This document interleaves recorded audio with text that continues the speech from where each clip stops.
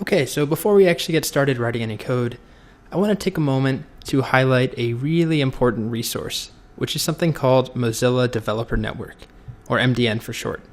So to get there, I often just end up typing MDN as I'm searching something. So let's say I wanted to know how functions worked in JavaScript. I might say MDN functions and then click on one of these links. It's just a really, really good resource for everything around HTML, CSS, and JavaScript.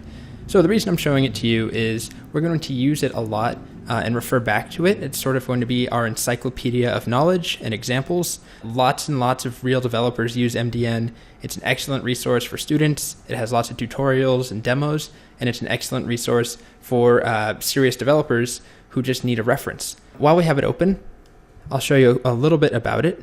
So we want to focus mainly on this web platform side of things. So HTML, CSS, and JavaScript. So if you take a look at the HTML page, we've got a bunch of things, including a reference, which we're going to see in a little bit, a guide to HTML and some tutorials, and a great introduction.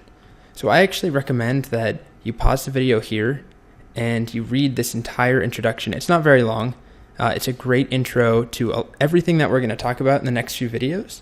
One thing that I always recommend is that you do a little reading before the videos, especially for some of the more advanced topics and newer topics. Do some reading before them so that when you watch the videos, you're able to draw some connections from something you've already read to something that I'm mentioning or some code that I'm showing you. So in summary though, MDN, excellent resource.